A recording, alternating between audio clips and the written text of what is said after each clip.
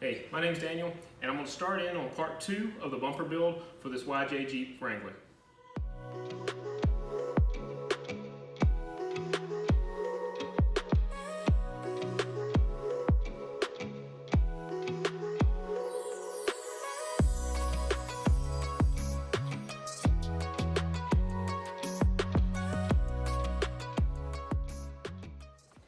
Hey guys, so this is my 1988 YJ.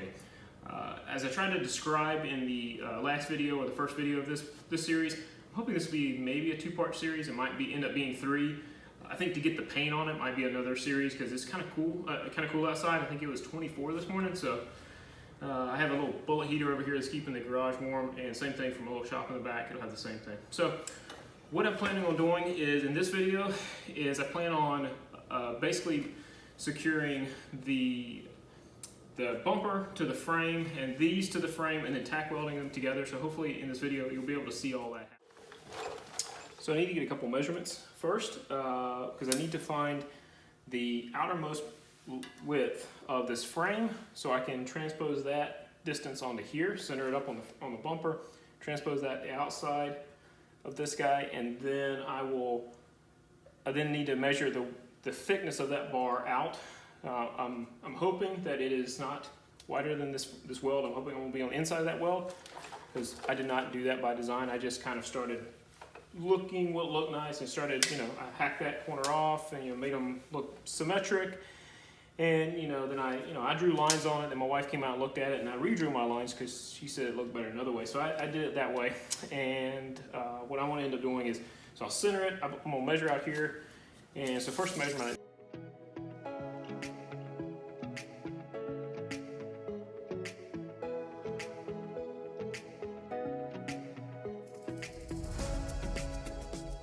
Is get a center line on the bumper, measure it out, just basically do some math to make that those windows the right size, and then I'll cut the windows in, and then I need to find these 4 mounting points here. I need to find those, and I will figure out how to do that because I can't go straight up through here because this cross member goes all the way through, and I don't have a direct shot. Actually, I got a little bit of a direct shot on that one. This one I've got nothing. So the forward ones I can do that. So I guess I could get a bar or something up there to give me my center portion for that. And then once I get the center point on that, then I can just measure back and do that. So that might be what I end up doing. So yeah, so I think at this point I'll probably do a little less talking, a little more work so you can see what I'm doing. I'll probably speed it up so you can see what I'm doing. And I might try to slow it down at different points so you can see exactly how I'm going about doing this. So.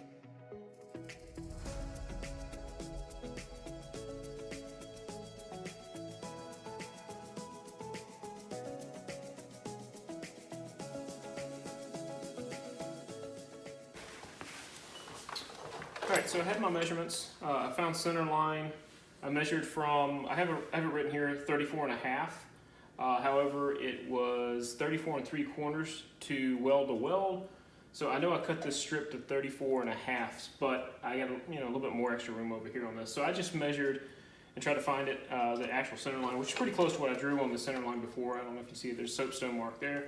So I found the outer portions of the frame where they will be, and now what I need to do is I need to take this, I'll find this, this width, need to find this width and this height and make a window for that and give myself some slop on it. So it's not gonna be exact, but it'll be close. So I'm gonna dig I'll get this measurement, and then what I'll end up doing is taking this out with I have a small Dremel that I can go in through here and get in here, but I think I might be able to get it with my my cutoff wheel on my angle grinder. We'll see.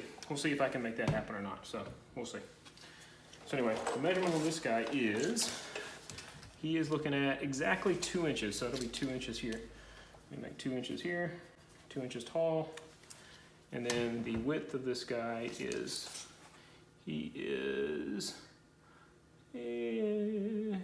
a little over 1/2 inch. So I'll give him a little bit more than 1/2 inch.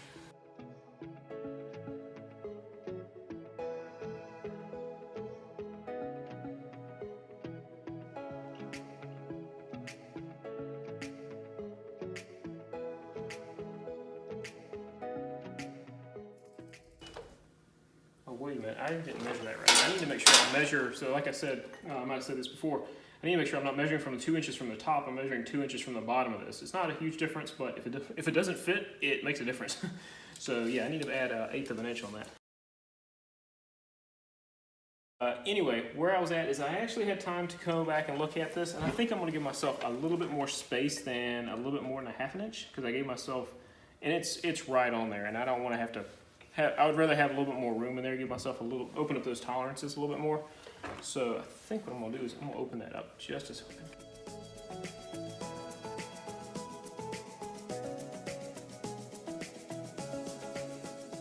Next step that I need to do is I need to find those 2 mounting holes for those threaded nuts on the inside. And I think the way I'm going to do that, I'm going to try to see if this works. I've done this before on other things. I'm going to see about just putting a little white out on it and then gently laying this back on there to find where those holes are. Because they do, I believe, they do not sit proud, unfortunately. That's not going to work. So I'm going to think of something else. I'll find out something. Alright, so my first idea of painting white out on this, I immediately remembered that this is not going to work because these nuts are recessed. They don't sit proud on this plane up here, this top surface. So painting here, the only thing I would see is I would see where it does not have white out on it. So that could be something I could do. But I'm going to try this. I have a couple washers and I have some painter's tape. So I'm going to stick that and just basically have those rest on top of this. This could be a horrible idea. We'll find out. This might not work at all, or it might work. We'll find out. I've never done it this way, so we'll see. You will find out with me if this is a good idea or not. So stay tuned for the moment of truth here. My only concern is that when I do this, is that if I bump it ever so slightly, these aren't going to line up very good. And so what I will also do is I'll make the holes a little larger than that. I'll make them in the center, make them a little larger, and then I can put a washer on there, or just buy a larger head on the hardware. So either way, I'm going to try to see if I can make that work. I don't have those there. I believe these are fairly large, and I don't know if this went to that. A lot of the hardware that came with this lift that I put on here, it came with the hardware I needed, so I have a lot of extra nuts and bolts, which I've always found to be very useful. So step one is to try to center it, which I've already got the alignment points on the back lined up, so I'm pretty good with that. And then I will hopefully just be able to pick this up, and gingerly, I think I wanted it right about there. I think I want that. Now, I don't know if it's centered. Yeah, I did center that. Good, I centered it. So hopefully, well, it took them all. Okay, yeah, that worked out pretty good. Whether they hold or not, I don't know, but I'm going to pull them off one by one, or I'll maybe take a punch, and that might be the right answer. Take a punch and punch right through them. So, as of right now, they look like they're holding pretty good. Actually, they're holding very good. So, all right, that's one way to do it. I'm sure there's 1,000 other ways, but that worked, and I had that within arm's reach, so that seemed to be the right answer. So, anyway.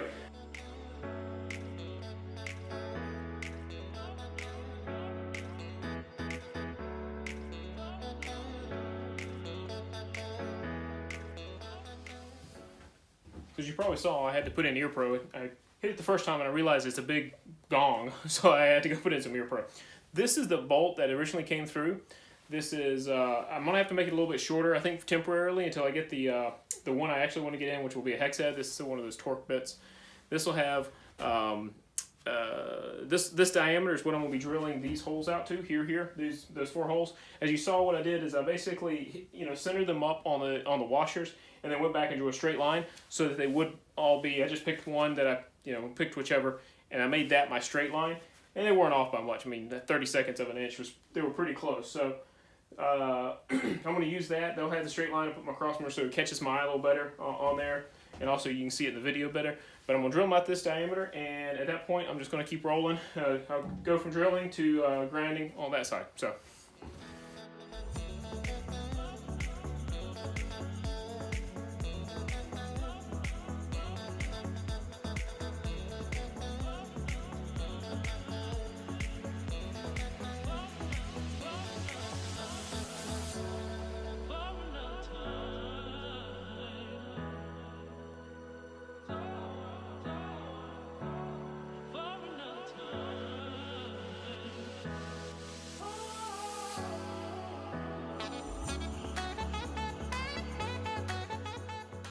So at this point, I'm starting to get too much bite with these bits, with this drill, in these holes. They're starting to get a little too large. I can probably keep working with it, keep doing it, but I have I always call them unibits or a step bit, whatever you want to call them. So I'm going to transition over from using this to using this, and I'll start putting a little more oil on it.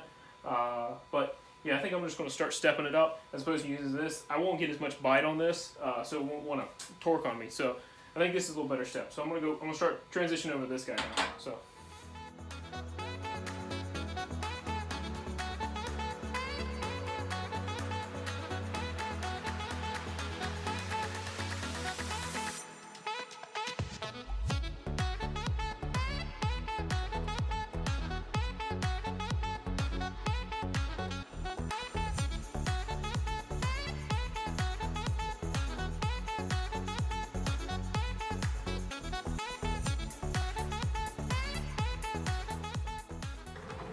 Alright guys, so I've gotten the bumper out of the shed. I've done everything I need to do on that for the moment. And what I'm currently working on is I've taken the fastening hardware that was originally for the tow hooks that were on the front. There were 4 points for that. And I've cut those in half and I've tapered them down on a bench grinder. So what I need to do now is run them in and out of these threads because there is a little bit of surface rust in there and there's a little bit of rust on these things as well. I'll hit them with a wire brush. Can't get in there to do that. But I'm going to use a little penetrating oil and a good old socket wrench, and I'm going to work it in and out until I can get them to seat really well, and then I will go in to start to assemble the bumper. So, alright, let's get to it.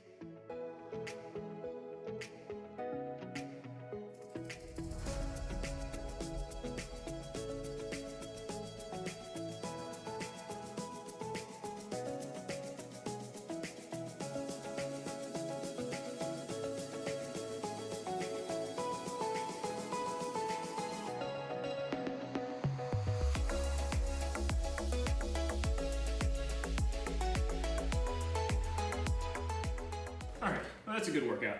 As you probably saw there, I was struggling with this one here. This one's cross-threaded. I tried to put the monkey wrench on it it kept wanting to fall into, somebody already cross-threaded, so it kept wanting to fall into this bad, the wrong threads, or the ones that, the cross-threaded ones. So I was trying to get it straight to try to force it down, that I could run it in and out a couple times to just clear out those threads, but I couldn't do it. So as of right now, we're going with 3. So I'm going to go with this one works, and then these 2 work. That'll mount me up on the top good. And then I'll be able to put my hardware through here as well for those hitch points or the mounting points on the front. And then you should be able, at this point, I'm just going to start walking in and putting that together. So you should see that, come together fairly quickly here. So, all right, so here's the bumper. It will line up, in theory, with these holes if I did this right. And I did it mostly right. So I'm pretty close. Take these guys, put these guys in here. I'll hold that guy. This one will hold that guy. Alright, so that's that. And then I've got the last one here. Back over here. This guy. We need to widen that hole up a little bit. Yeah. But I think all in all, I need to stop pinching my fingers. All in all, it should be pretty good.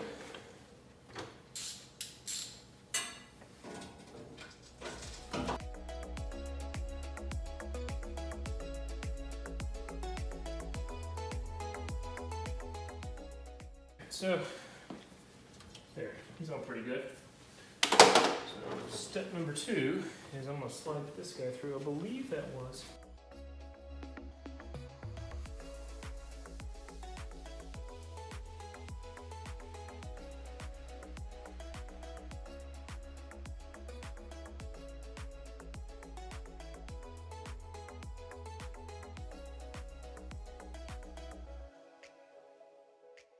Take out some more material right here.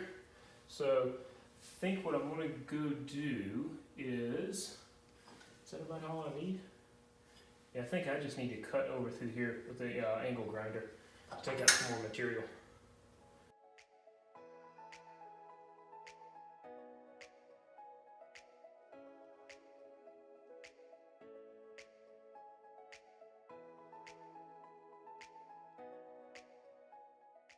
Alright, so I was able to cut these little holes out a little bit larger. I noticed that they cut some of these tack welds in the back, and this part was able to start moving up and down a little bit. So I will need to re-tack that. But I think at this point, I believe I'm in better shape to slide these through.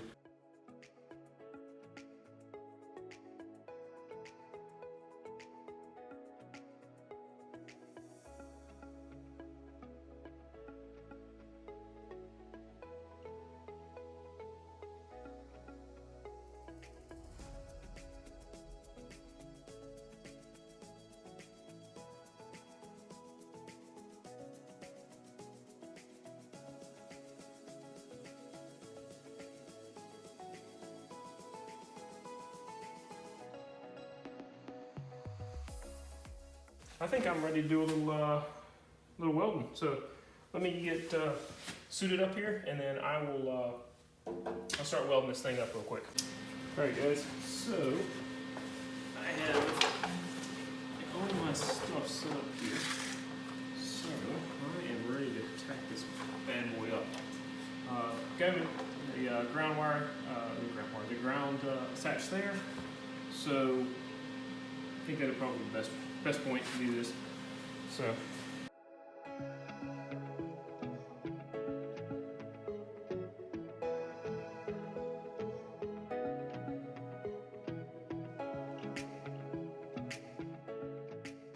think that's tacked in there good enough to hold it together, so I can go back and take it to the shed and put it together right.